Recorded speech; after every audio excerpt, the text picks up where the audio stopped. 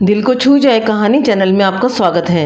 आज की कहानी का शीर्षक है कलेक्टर बनेगा तब बात करूंगा। तो चलिए कहानी शुरू करते हैं। यह कहानी है बिहार के एक गांव की, जिसमें विजय नाम का लड़का रहा करता था।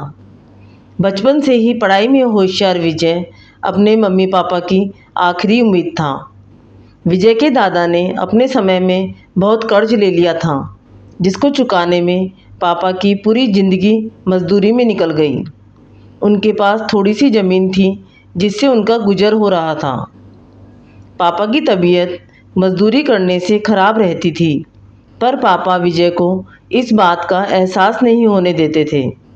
विजय को पढ़ाई में इतना होशियार देखकर उसके मम्मी पापा ने हर वह काम किया जिससे वह विजय को पढ़ा पाए।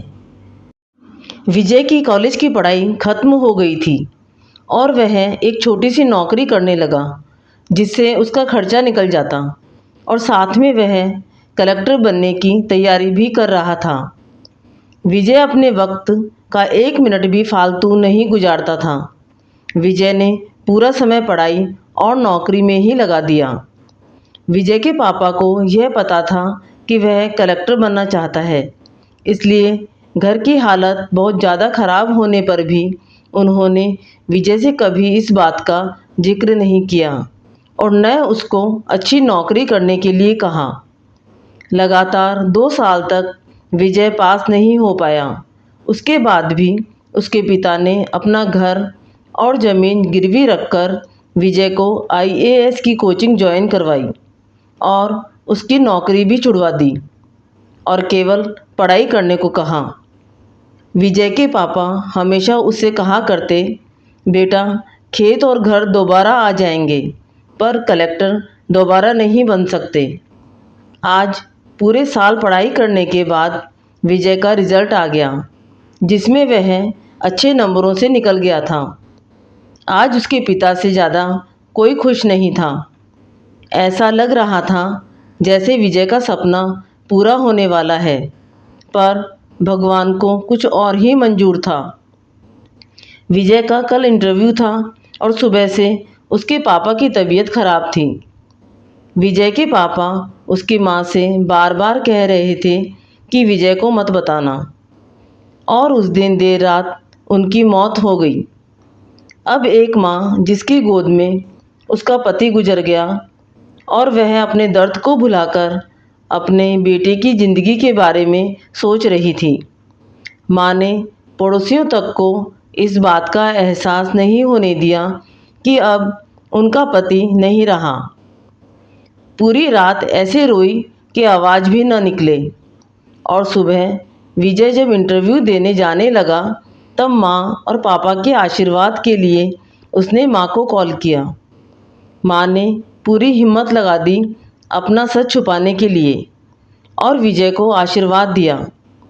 जब विजय ने पापा से बात करने को कहा तो माँ बोली, पापा अब तुमसे बात नहीं करेंगे, वह कलेक्टर से बात करेंगे।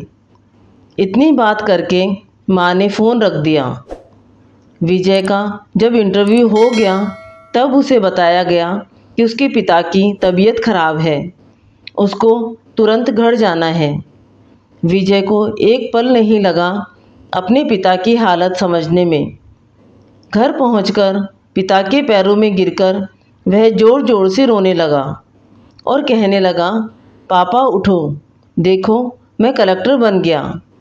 आज उसके पिता को वह खुशी मिली थी जिसका उनको वर्षों से इंतज़ार था, पर आज वह इस दुनिया में नहीं थे।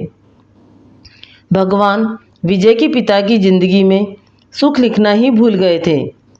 पहले वह अपने पिता के कर्ज में ज़िंदगी भर मजदूरी करते रहे और फिर बेटे के सपनों में फिर घर और ज़मीन गिरवी रखनी पड़ी। वह ज़िंदगी में कर्ज लेकर आए और कर्ज लेकर चले गए।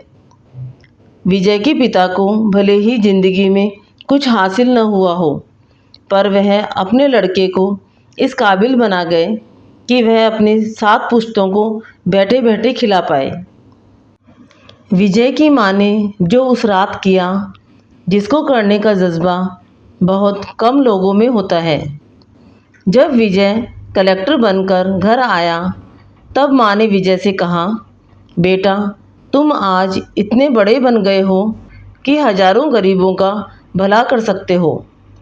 जब भी तुम्हारे सामने कोई गरीब मदद मांगने आए तो अपने पिता और मेरे बारे में सोचना। मैं तुम्हारे बराबर पढ़ी लिखी और समझदार तो नहीं हूँ, पर इतना ज़रूर जानती हूँ कि गरीब आदमी की बहुत मजबूरी होती है। तुम कभी किसी का बुरा मत करना। आपको ये कहानी अच्छी लगी तो कहानी को लाइक व शेयर करें। चैनल पर नए हैं तो चैनल को सब्सक्राइब करें। कहानी सुनने के लिए धन्यवाद।